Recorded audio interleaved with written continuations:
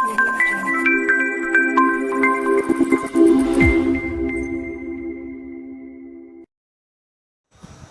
Dear students, हम क्या पढ़ रहे हैं? केमिस्ट्री पढ़ रहे हैं. ओके, इन लास्ट लेक्चर हमने क्या पढ़ा था? CFT, उसके बाद कलर कंपाउंड, और उसके बाद मैंने आपको EAMP पढ़ाया. क्या पढ़ाया था? EAMP पढ़ाया था.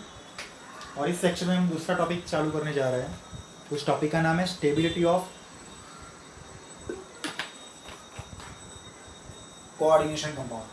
Stability of what? Coordination compound. Fine. Let's see.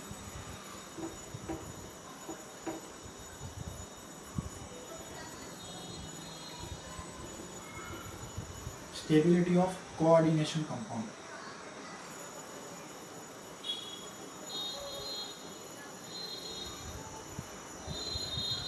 Okay, first. Stability is directly proportional to strength of ligand. इसके लिए हमें क्या करना पड़ेगा? स्पेक्ट्रोकेमिकल सीरीज पढ़नी पड़ेगी. स्पेक्ट्रोकेमिकल सीरीज मैंने थोड़ी सी आपको दिखाई दी. CO greater than CN minus greater than ammonia greater than H2O greater than Cl minus greater than F minus like that. Okay, जैसे कि हमारे पास है NiCO4 और हमारे पास है NiCN4 minus 2, Ni ammonia 4 plus 2, Ni H2O4 plus 2. सब में nickel plus 2 है. सभी के कोऑर्डिनेशन नंबर कितने हैं? 4 है, 4.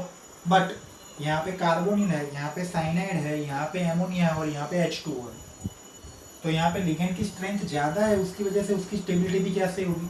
ज़्यादा होगी. उसकी स्टेबिलिटी भी कैसे होगी? ज़्यादा होगी. अगर मैंने ऐसे लिखा हुआ है Fe एमोनिया 6 टाइम्स प्लस 3 और Fe Cl 6 टाइम्स माइनस 3, तो दोनों में Fe+3 है. लेकिन यहाँ पे लिगेंड के तौर पे कौन सा है? एमोनिया, और यहाँ पे लिगेंड कौन है? Cl, तो ये ज़्यादा स्टेबल होगा. ओके, सेकंड सर, जैसे कि मैंने ऐसे लिखा है CO Cn 6 टाइम्स माइनस 3 और CO H2O 6 टाइम्स प्लस 3. दोनों में कोबाल्ट +3 है, दोनों में कोऑर्डिनेशन नंबर कितना है? 6. लेकिन यहाँ पे लिगेंड कौन है? Cn, और यहाँ पे लिगेंड कौन है? H2O. तो इसकी स्टेबिलिटी क्या होगी? ज़्यादा होगी. सो if strength of ligand increases, stability of coordinate compound increases. This is the first step. Now second.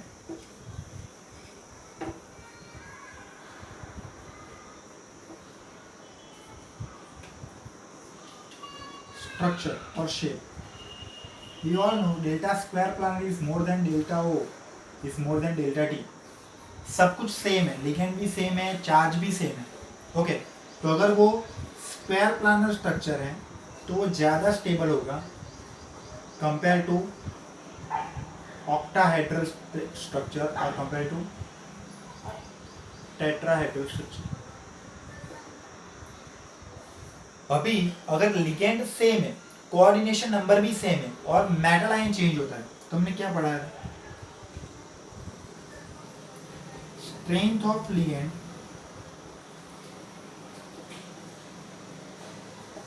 in first transition series is less than second transition series is less than third transition series. यानी कि 3D orbital में वो donate करेगा, उससे ज़्यादा किस में donate करेगा? 4D. उससे ज़्यादा किस में डोनेट करेगा? 5D में. यानी कि अगर कोई फर्स्ट ट्रांजिशन सीरीज का मेटल आयन है और कोई सेकंड ट्रांजिशन सीरीज का मेटल आयन है, भले उसमें लिगेंड कैसा है? सेम है, कोऑर्डिनेशन नंबर कैसा है? सेम है, फिर भी फर्स्ट ट्रांजिशन सीरीज वाला कम स्टेबल होगा. यानी कि NiCl4 - 2 है, PdCl4 - 2 है और PtCl4 - 2 है. तो ज़्यादा स्टेबल कौन होगा? PP, क्योंकि ये 3D ऑर्बिटल में इलेक्ट्रॉन देगा, ये 4D में और ये 5D. क्लियर? ना 4. If coordination number ligand all are same, then charge on metal ion increases, stability increases. Charge on metal ion increases, stability increases. As an example, FeCN6 -3 और FeCN6 -4. तो यहाँ पे Fe क्या है +3 है, यहाँ पे Fe क्या है +2 है, तो ये ज़्यादा स्टेबल होगा. दोनों में CN है, दोनों में कोऑर्डिनेशन नंबर कितना है 6 है, तो यहाँ पे Fe+3 है, यहाँ पे Fe+2 है, तो Fe+3 ज़्यादा स्टेबल होगा. फाइन. इसी में हम दूसरा एग्जांपल क्या ले सकते हैं, जैसे कि हमारे पास है Fe एमोनिया 6 टाइम्स +3 और Fe एमोनिया 6 टाइम्स +2. तो मैंने बोला था आपको कि अगर Fe+2 है तो एमोनिया वीक फील्ड लिगेंड है और Fe+3 है तो एमोनिया स्ट्रॉन्ग फील्ड लिगेंड है, तो स्टेबिलिटी ज़्यादा होगी. वैसे ही कोबाल्ट H2O 6 टाइम्स +3 और कोबाल्ट H2O 6 टाइम्स +2, तो ये ज़्यादा स्टेबल होगी. ओके, जैसे कि कोबाल्ट CN 6 टाइम्स -3 और कोबाल्ट CN 6 टाइम्स -4, तो यहाँ पे ये +3 है, यहाँ पे ये +2 है, तो ये ज़्यादा स्टेबल होगा. So if metal ion is different but ligand is same, coordination number is same, then charge on metal ion increases. As charge increases, stability increases. Okay, next point.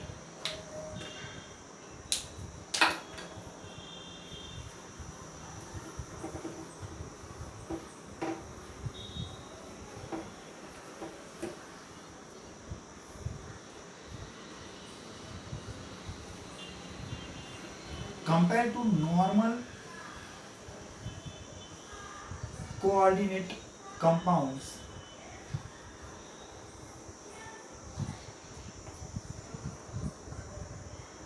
chelate compounds are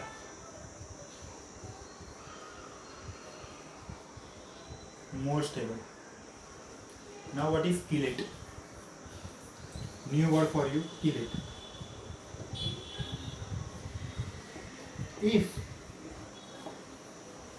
polydentate ligand, if what polydentate ligand donates electron pair towards metal ion and produces cyclic coordinate compound, then it called chelate compound. If कोई भी polydentate ligand अगर क्या करता है, ligand को electron pair donate करता है और मेटल आयन को इलेक्ट्रॉन पेयर डोनेट करता है और साइक्लिक कोऑर्डिनेट कंपाउंड बनाता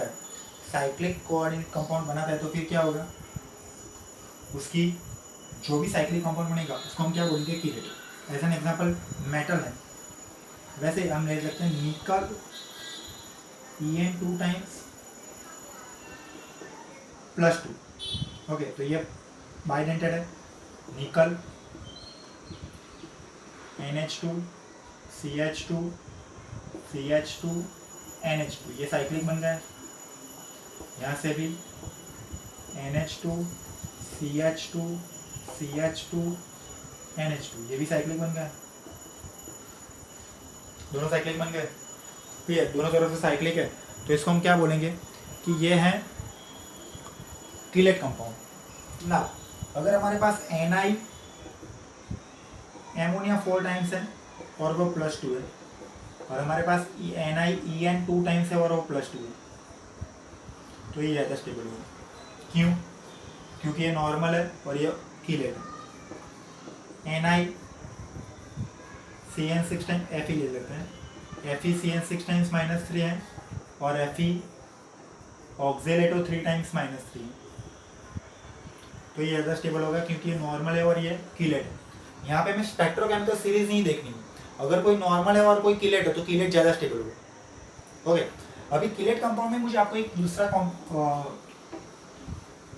कॉन्सेप्ट पढ़ाना है, ध्यान से देखना आप। In chelate compound number of ring is equal to denticity -1। ध्यान से देखो, जैसे कि NiEn 2 टाइम्स +2 है, तो ये डाइडेंटेड है, तो इसकी डेंसिटी कितनी हुई 2, 2 - 1 = 1, यानी कि एक रिंग बनाएगा। एक En कितनी रिंग बनाएगा? एक। यहाँ पे En कितने हैं? 2, तो रिंग कितनी बनेगी? 2। ओके, देख लो कैसे। Ni NH2 CH2 CH2 NH2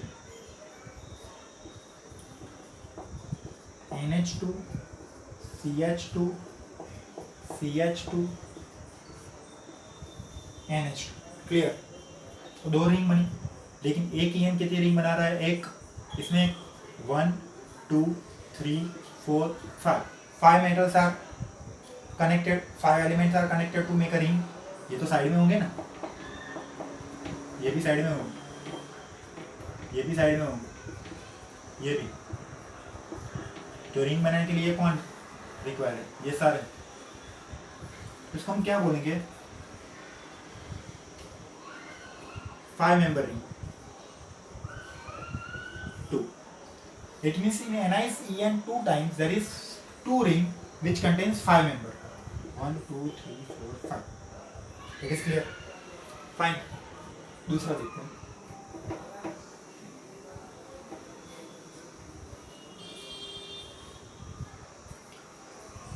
जैसे ये यहाँ पे मेटल है, यहाँ पे एमोनिया है, यहाँ पे ऑक्सीडेटर है,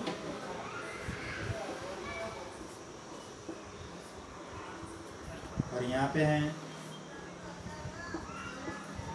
NH2 CH2 CH2 NH2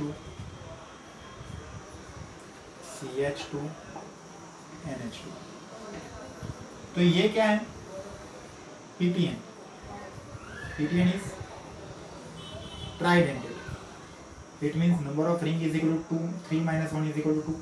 तो अब देखो इसने कितनी रिंग बनाई? 2 रिंग बनाई। ये क्या है? ऑक्सीलेटर। ये डाइडेंटेड, तो 2 - 1 is equal to 1, तो इसने एक ही रिंग बनाई। तो टोटल इसमें कितनी रिंग हुई? 3 रिंग हुई, 3 ring. 1 2 3 4 5, 1 2 3 4 5, 1 2 3 4 5, 5 member ring.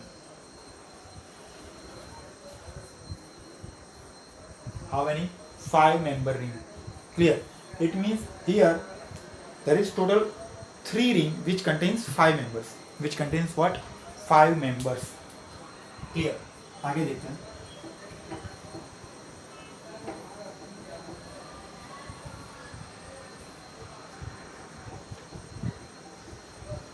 If both compounds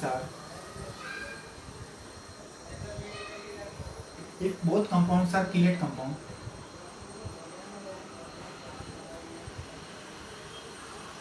then number of ring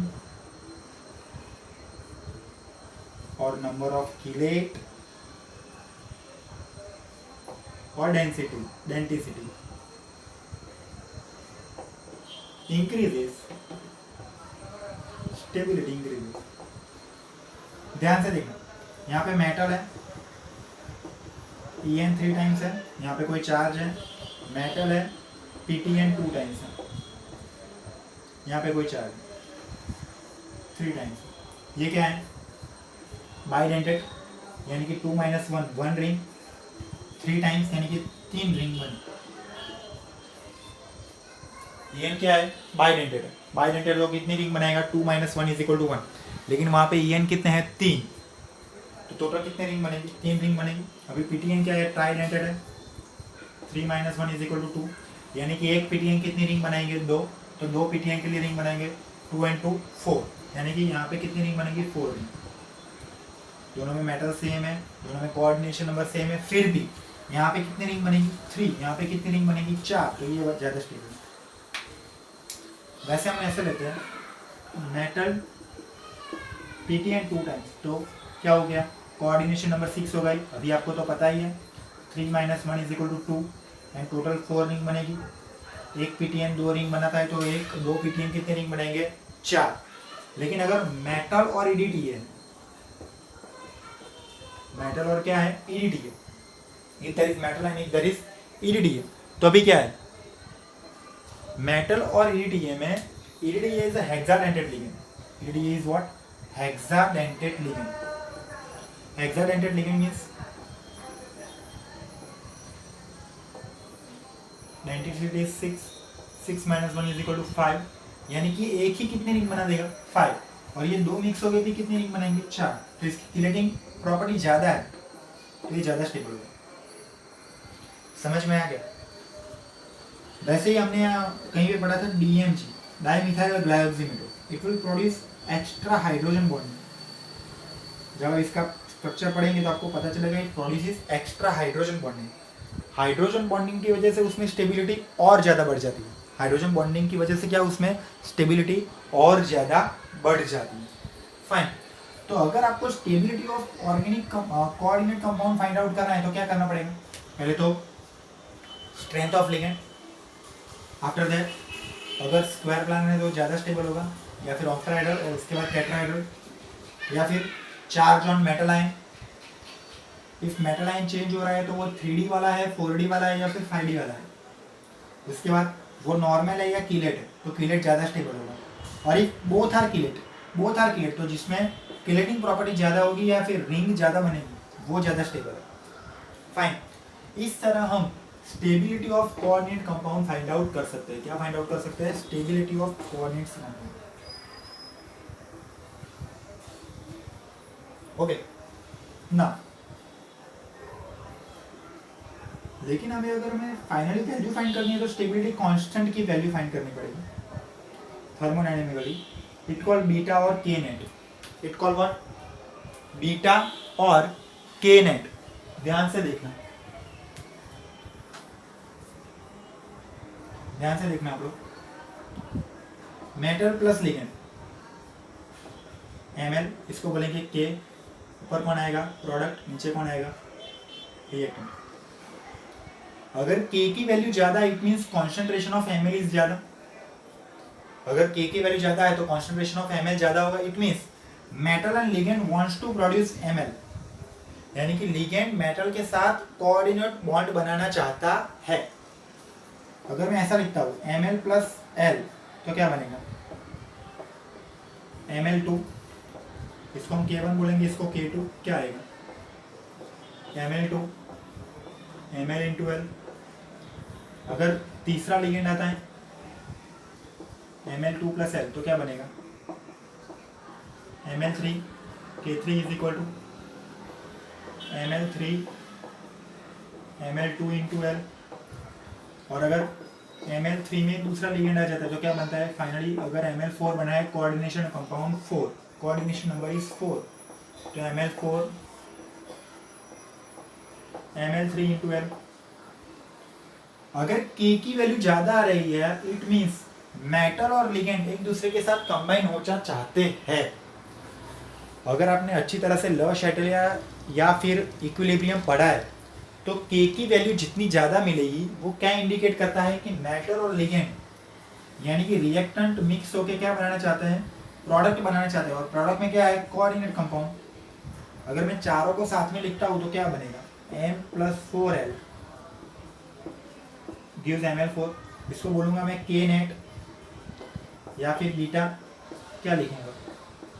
Ml4 M L⁴, इसको क्या बोलूँगा? K1 into K2 into K3 into K4। अभी अगर बीटा की वैल्यू ज़्यादा आती है, if value of beta increases it means metal wants to get connected with ligand, metal wants to get connected with what? Ligand, and want to produce Ml4, and want to produce is what? Ml4। Clear? समझ में आ गया? Fine. तो अगर वो Ml4 बनाना चाहता है, it means metal और ligand एक दूसरे के साथ कंबाइन होके कोऑर्डिनेट कंपाउंड बनाना चाहते हैं. So if value of beta increases, it means stability of compound increases. If value of beta increases then stability of compound increases. It is clear. अगर आपको सारी इंफॉर्मेशन के बाद बीटा की वैल्यू दी हुई है, then beta is a value based. हमको फाइनली किसको ध्यान में रखना है? बीटा को ध्यान में रखना है. जिसकी बीटा की वैल्यू ज़्यादा होगी उसकी स्टेबिलिटी क्या होगी? ज़्यादा होगी. Fine. Okay.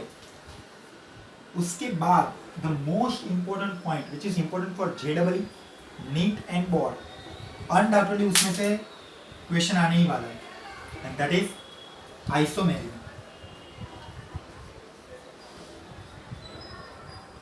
Isomerism in coordination compound.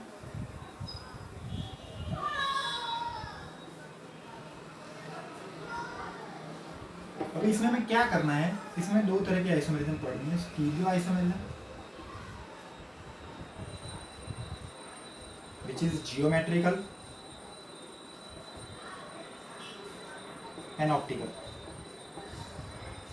और दूसरा है structural isomerism.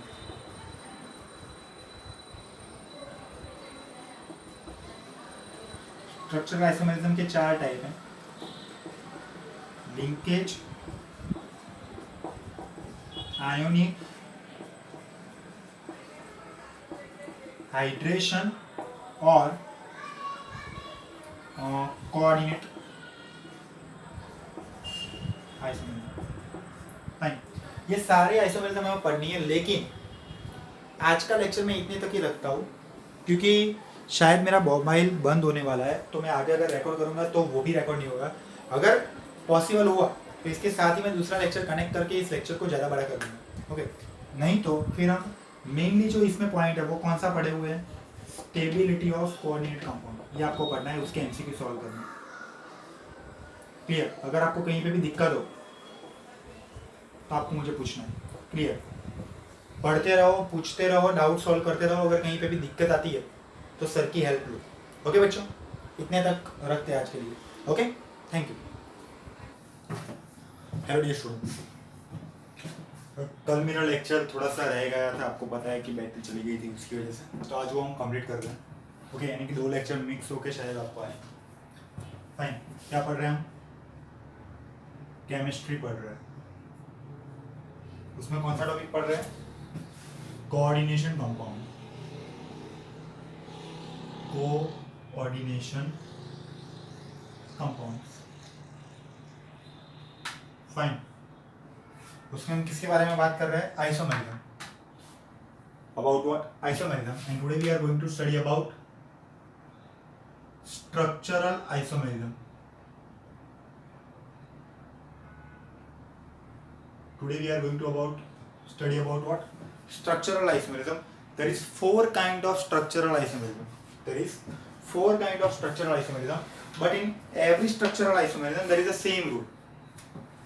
In every structural isomerism there is same rule which have to follow. Okay. हम यहाँ पे कितने टाइप की स्ट्रक्चरल आइसोमेरिज्म पढ़ने वाले हैं? टोटल 4. और चारों में एक बेसिक रूल है जो हमें सब में फॉलो करना है. ओके. यानी कि 4 स्ट्रक्चरल आइसोमेरिज्म में फॉलो करना है. ओके. वो कौन से बेसिक रूल है वो हम देखते हैं. Fine.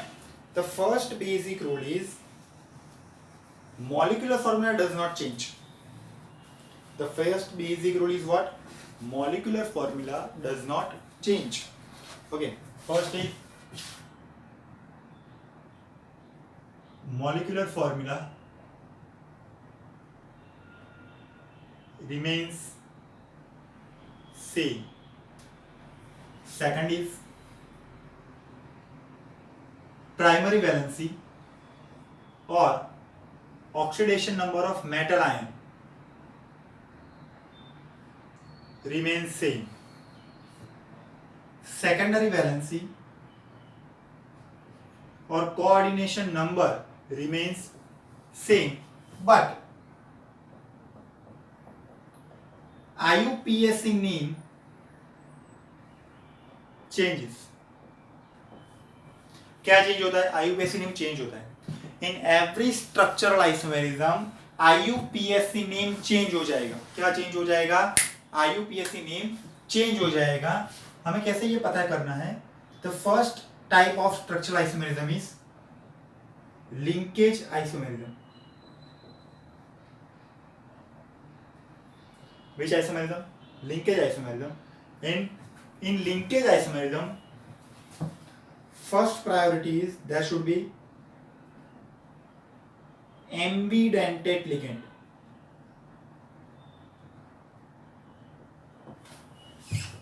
First condition and last condition for linkage isomerism should be ambidentate ligand. It means जो भी आपका कंपाउंड है उसमें एम्बीडेंटेड लिगेंड प्रेजेंट होना जरूरी है।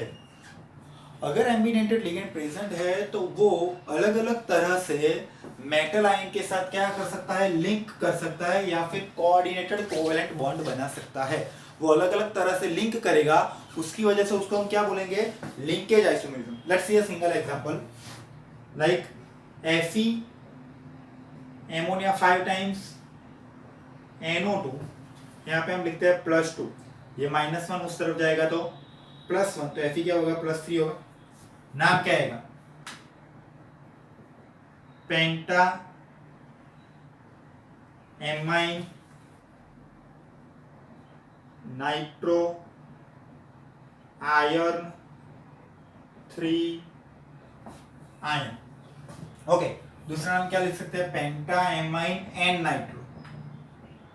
Now why N nitro? Because here nitrogen get link or nitrogen donates its electron pair towards metal ion and produces coordinated covalent bond. Okay, same to same. अगर मैं कुछ ऐसा लिखता हूँ Fe एमोनिया 5 टाइम्स ONO +2, ये -1 तो ये +3 आएगा। इसका नाम क्या होगा? Penta amine nitrido iron 3 ion. Okay, इसका दूसरा नाम क्या बोल सकते हैं? O nitro.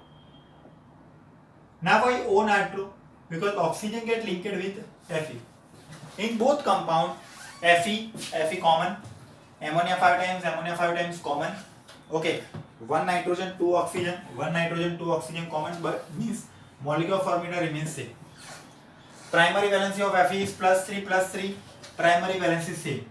Okay, now secondary valency is 5 + 1 6, 5 + 1 6, secondary valency same, but IUPAC name दोनों के डिफरेंट है। और IUPAC नेम डिफरेंट क्यों हुए? क्योंकि यहाँ पे कौन प्रेजेंट था? एम्बीडेंटेड लिगेंड प्रेजेंट था। कौन प्रेजेंट था? एम्बीडेंटेड लिगेंड प्रेजेंट है। यहाँ पे पहले Fe के साथ कौन लिंक हुआ? नाइट्रोजन। यहाँ पे Fe के साथ कौन लिंक हुआ? ऑक्सीजन।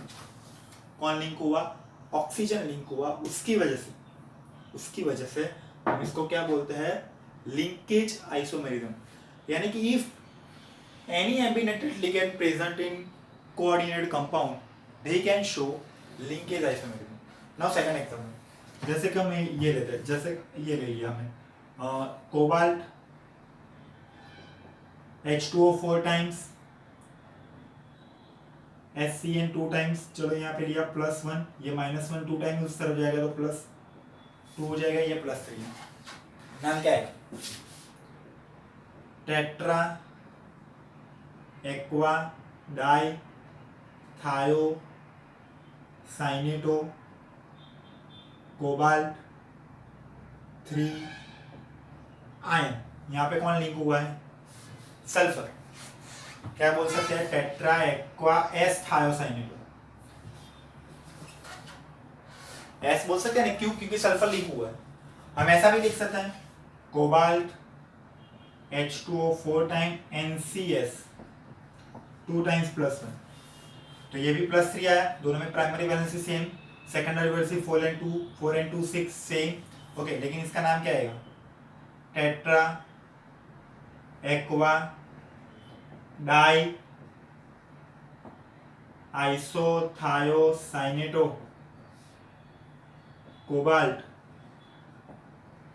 3 आयन। ऐसा बोल सकते हैं। ओके, लेकिन यहां पे लिंक कौन हुआ? Nitrogen, cobalt cobalt same, H2O 4 time same, sulphur carbon nitrogen same. लेकिन एम्बिडेंटेड लिगेंड होने की वजह से उसको हम क्या बोलेंगे? लिंकेज आइसोमर बोलेंगे। यहाँ पे दोनों चेंज हो गए, एक चेंज होगा तो भी चलेगा, जैसे कि मैंने ये लिखा है कोबाल्ट H2O 4 टाइम्स थायोसाइनेटो आइसोथायोसाइनेटो +1, सिर्फ एक ही चेंज हुआ। ओके, तो उसको भी हम क्या बोलेंगे? लिंकेज आइसोमेरिज्म बोलेंगे, क्योंकि यहाँ पे क्या था? दोनों सल्फर ही लिंक हुए थे।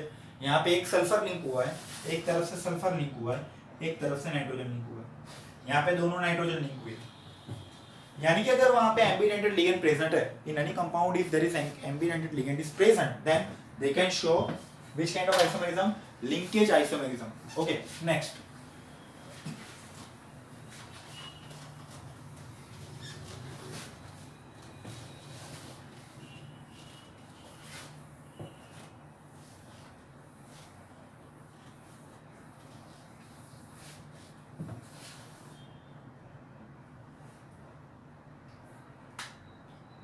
Ionic isomerism.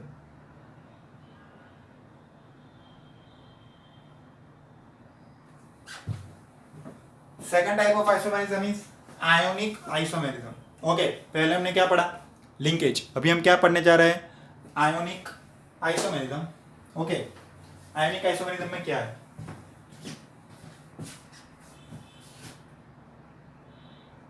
डिफरेंट आयन मिलेंगे हमें,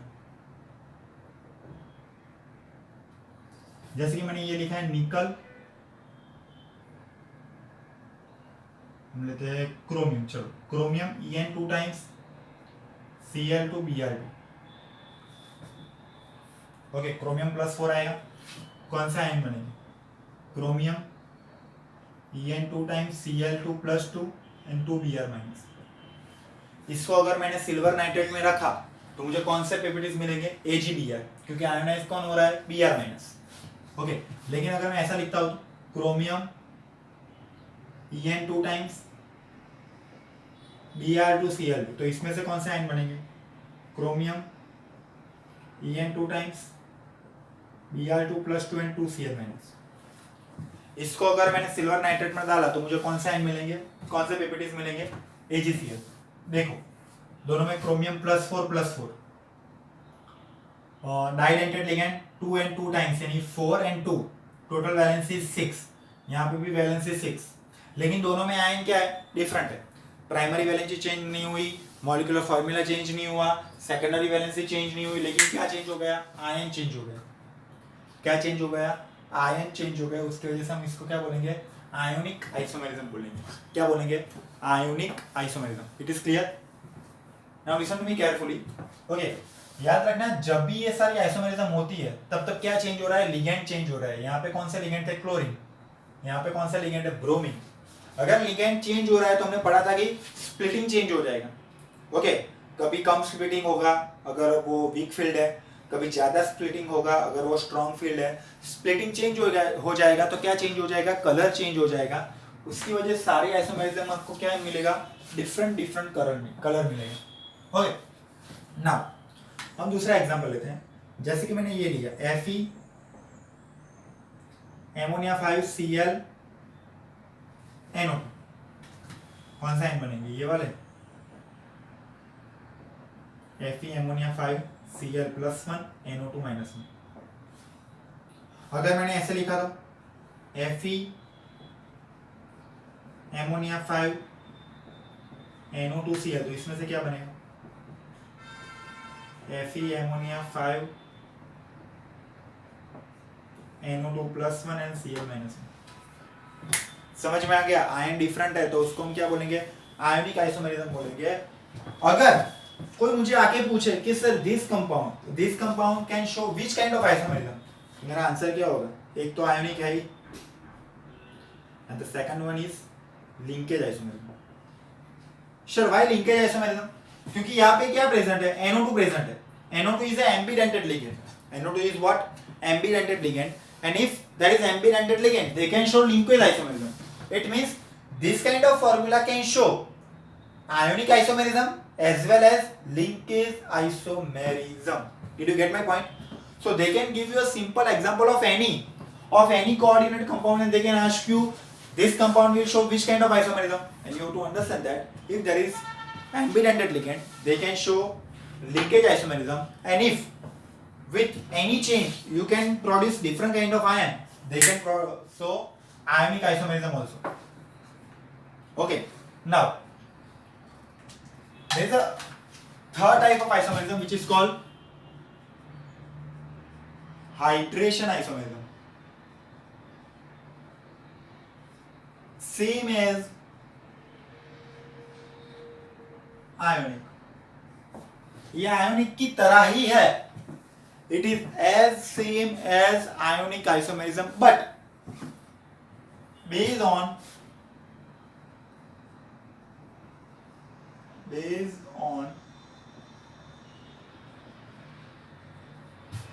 dehydration of molecule of H2O. कितने H2O मॉलिक्यूल हाइड्रेशन होते हैं या फिर डिहाइड्रेटेड होते हैं उसके डिपेंडिंग है. देखो कैसे, जैसे कि मैंने ऐसा लिखा CrH2O 6 times Cl3. अगर इसमें मैंने कॉन्सेंट्रेटेड H2SO4 डाला है तो कोई भी H2O डिहाइड्रेट होगा नहीं. क्यों? क्योंकि सारे H2O एट्रैक्शनल स्फीयर में है. क्योंकि सारे H2O कहां पे है? एट्रैक्शनल स्फीयर में. ओके, लेकिन अगर मैं इसमें मोर अमाउंट और एक्सेस अमाउंट ऑफ AgNO3 डालता हूं, क्या डालता हूं? AgNO3, तो इसमें से क्या बनेगा? 3Cl माइनस बनेगा. So they can give you 3 mole of AgCl. 3 mole of what? AgCl. अगर मैं इस कंपाउंड को ऐसे लिखता हूं, chromium H2O5 Cl2.H2O. Now this H2O act as a ligand and they are connected with chromium with covalent bond, but this H2O is not act as a ligand. They are connected with this H2O with hydrogen bonding only.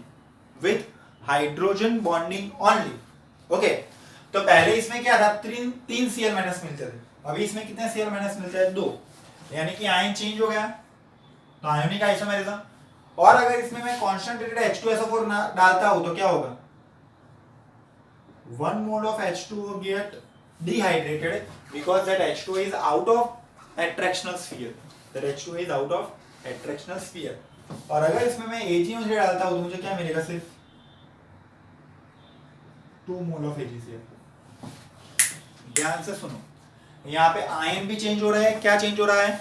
Ion भी change हो रहा है as well as number of molecule of H2O which get dehydrated, वो भी change हो रहा है. उसकी वजह से इसका एक अलग आइसोमेरिज्म हमने पढ़ा which is called hydration isomerism. Fine, next example. जैसे कि मैं ऐसा लिखता हूँ CrH2O 4 times Cl2Cl.2H2,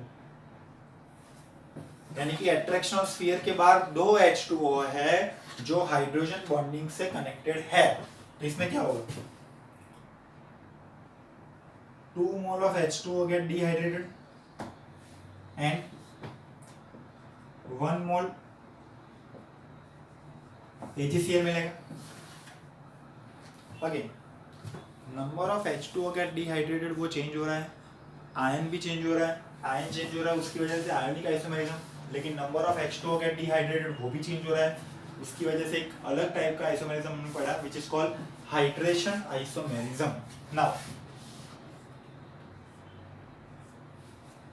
सब में primary valency same, secondary valency same, coordinate number same, सब कुछ सेम है, लेकिन आयन डिफरेंट है, हाइड्रेशन ऑफ H2O डिफरेंट है. That's why it's called hydration isomerism. और सब में लिगेंड भी चेंज है. यहाँ पे 6 H2O थे, यहाँ पे 5 H2O 1 Cl, 4 H2O 2 Cl. That's why यहाँ पे क्या चेंज हो जाएगा? कलर भी चेंज हो जाएगा. हमने पढ़ा है कि अगर लिगेंड चेंज होता है तो क्या कलर चेंज होगा? कलर चेंज हो जाएगा. Now last,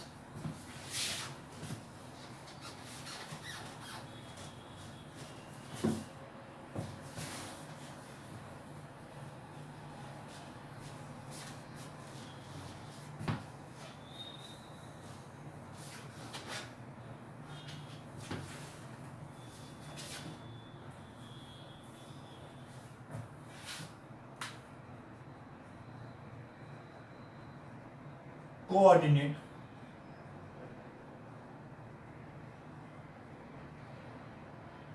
isomerism. Which kind of isomerism? Coordinate isomerism. यहां पे क्या होगा? Exchange of ligand, ligand exchange होगा। लिगेंड कौन सा बॉन्ड बनाता है? Coordinated covalent bond. उसकी वजह से क्या चेंज होगा? कोऑर्डिनेट बॉन्ड चेंज हो जाएगा। अगर लिगेंड चेंज हो रहा है, क्या चेंज हो रहा है? लिगेंड चेंज हो रहा है, तो दूसरा क्या चेंज होगा? कोऑर्डिनेट कोवैलेंट बॉन्ड भी चेंज हो जाएगा। उसकी वजह से इसको क्या बोला हमने?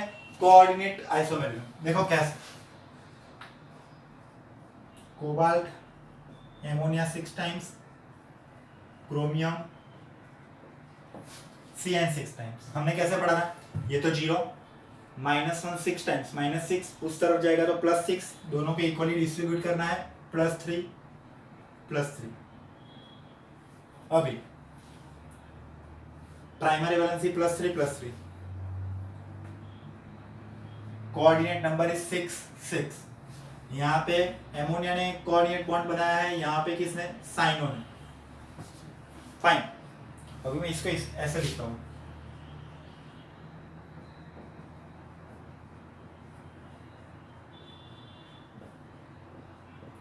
तो भी ये +3 आएगा।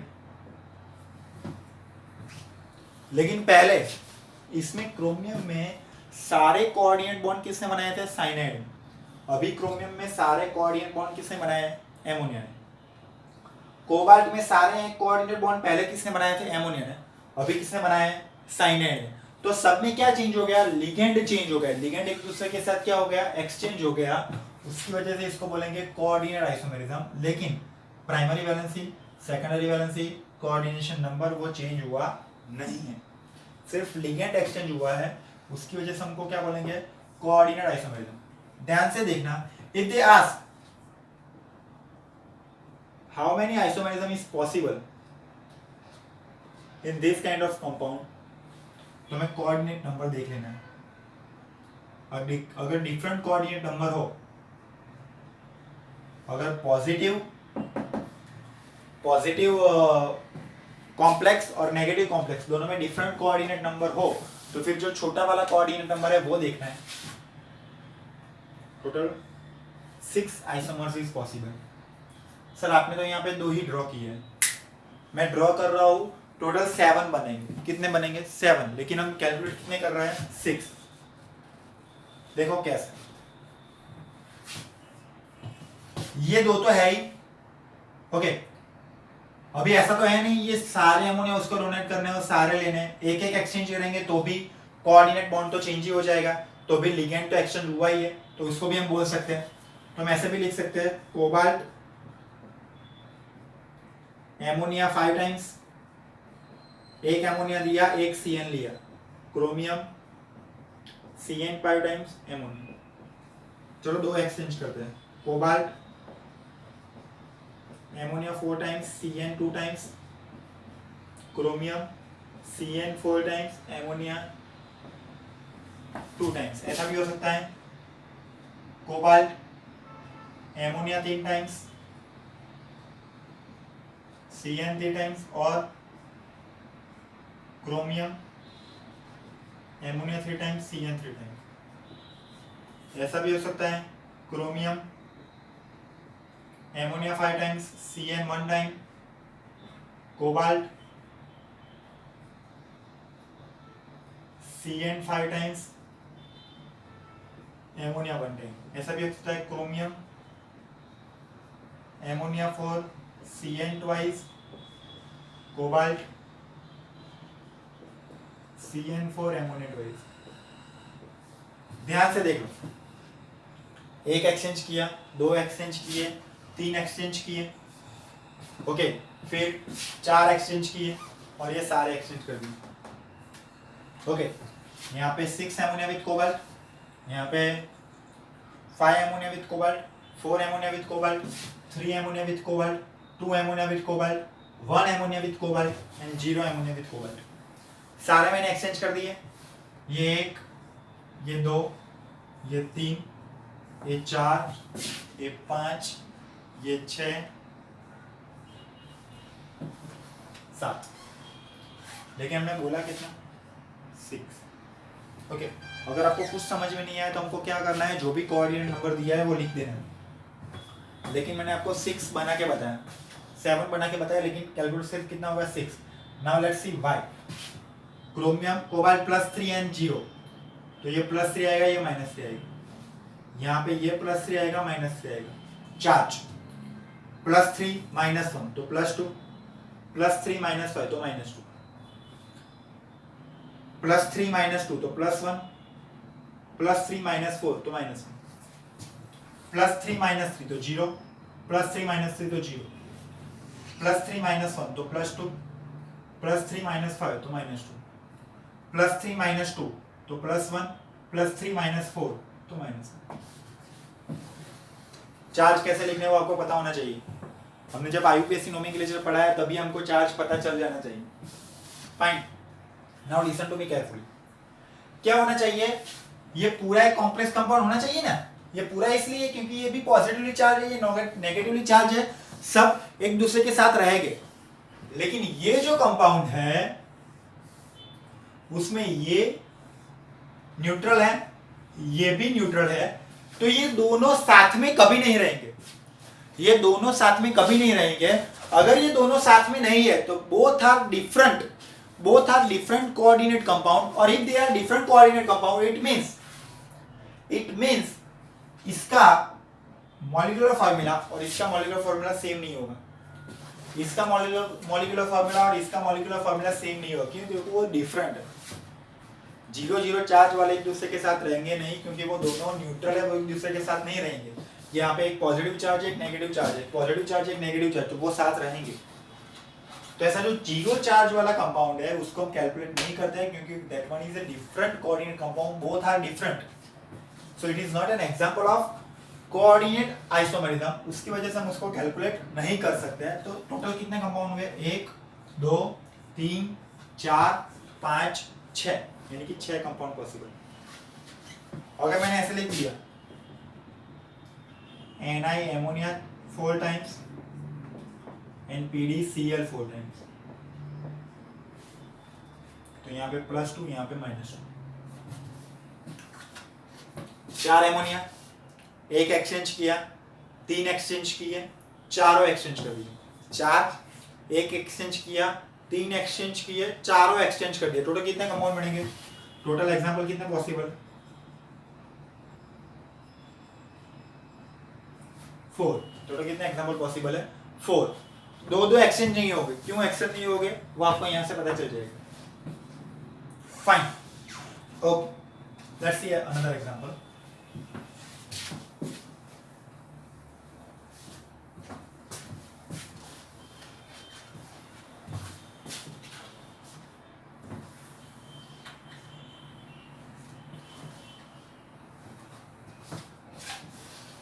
अगर कुछ ऐसा है, प्लेटिनम ऑक्सीडेशन नंबर 2 is 4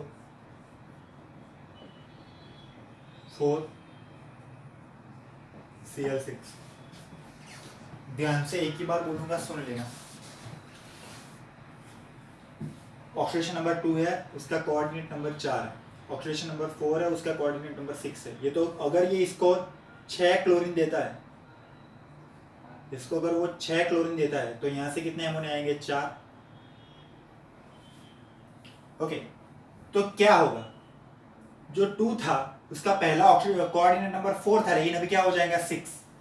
हमने क्या बोला है, किसी का भी कोऑर्डिनेट नंबर चेंज नहीं होना चाहिए, या फिर सेकेंडरी वैलेंसी चेंज नहीं होनी चाहिए। अनदर थिंग, जिसका ऑक्सीडेशन नंबर 4 है उसका कोऑर्डिनेट नंबर था 6, अगर वो सिर्फ 4 एमोनिया लेता है तो उसका कोऑर्डिनेट नंबर क्या हो जाएगा, 4, यानी कि डिक्रीज हो गया। कुछ भी हो, कोऑर्डिनेट नंबर चेंज होना चाहिए नहीं। तो ये अगर इससे पास 4 एमोनिया लेता है, उसको 6 क्लोरीन नहीं देगा, वो सिर्फ 4 क्लोरीन ही देगा, तो क्या होगा, प्लेटिनियम 4, कितने एमोनिया लिए? 4, कितने क्लोरीन दिए? 4, तो उसके पास 2 क्लोरीन अभी भी रहे ना। प्लेटिनियम 2, उसने कितने क्लोरीन लिए? 4, +2 0, +2 +2 -6 -2, +4 -2, +2 +2 -4 -2। एग्जाम्पल ऑफ कोऑर्डिनेट आइसोमेरिज्म देखो, +2 वाला कोऑर्डिनेट नंबर 4, +2 वाला कोऑर्डिनेट नंबर 4, लेकिन यहाँ पे लिंकेज किसका था? एमोनिया का। या फिर कोऑर्डिनेट बॉन्ड किसका था? एमोनिया का। यहाँ पे क्लोरीन का है। +4 कोऑर्डिनेट नंबर 6, +4 कोऑर्डिनेट नंबर 6, लेकिन यहाँ पे सारे लिगेंड कौन से? क्लोरीन। यहाँ पे 4 लिगेंड एमोनिया है, 2 ligand chlorine. So both are example of what? Coordinate isomerism. याद रखना, क्या चेंज नहीं होना चाहिए? क्या चेंज नहीं होना चाहिए? कोऑर्डिनेट नंबर चेंज नहीं होना चाहिए। अगर मैंने कुछ ऐसा लिखा है, cobalt ammonia 4 times, OH NH2 chromium H2O 4 times +4, और अगर मैं ऐसा लिख रहा हूं H2O 4 times cobalt OH NH2 chromium ammonia 4 times +4, cobalt के साथ पहला एमोनिया था, अभी क्या है? H2O। क्रोमियम के साथ पहले H2O था, अभी क्या है? एमोनिया। लिगेंड एक्सचेंज हुए, तो उसको हम क्या बोलेंगे? Coordinate isomerism. ओके, और ये सारी आइसोमेरिज्म सिर्फ मोनोडेंटेट ही दिखाया गया, ऐसा कुछ नहीं है। हमने सिर्फ एग्जांपल मोनोडेंटेट वाला लिए है, डाइडेंटेट ट्राइडेंटेट कोई भी दिखा सकता है। यानी कि स्ट्रक्चरल आइसोमेरिज्म अगर हमें पढ़ना है तो हमें कितनी आइसोमेरिज्म पढ़नी पड़ेगी? 4। तो first one is linkage, ambidentate ligand present होना चाहिए। सेकंड वन इज आयोनिक, उसमें क्या प्रेजेंट होना चाहिए? डिफरेंट नंबर ऑफ आयन बनने चाहिए। Third one is hydration, number of H2O molecule which get dehydrated, वो हमें देखना है। और fourth one is coordinate isomerism, तो उसमें क्या होना चाहिए? लिगेंड एक्सचेंज होने चाहिए। लिगेंड एक्सचेंज हो गए, कोऑर्डिनेट बॉन्ड डिफरेंट हो जाएंगे। क्लियर? अभी ध्यान से सुनना, सभी में प्राइमरी वैलेंसी चेंज नहीं होनी चाहिए, मॉलिक्यूलर फार्मूला चेंज नहीं होना चाहिए, सेकेंडरी वैलेंसी चेंज नहीं होनी चाहिए। लेकिन अगर कोई भी नया कंपाउंड बनाते हो तो उसका IUPAC नेम क्या होना चाहिए? डिफरेंट होना चाहिए। क्लियर बच्चों? अगर कहीं पे भी आपको डाउट हो मुझे पूछो। हम नेक्स्ट टाइम क्या चलाने वाले हैं? Stereo isomerism. क्या चलाने वाले हैं? Stereo isomerism. ओके बच्चों, थैंक यू सो मच।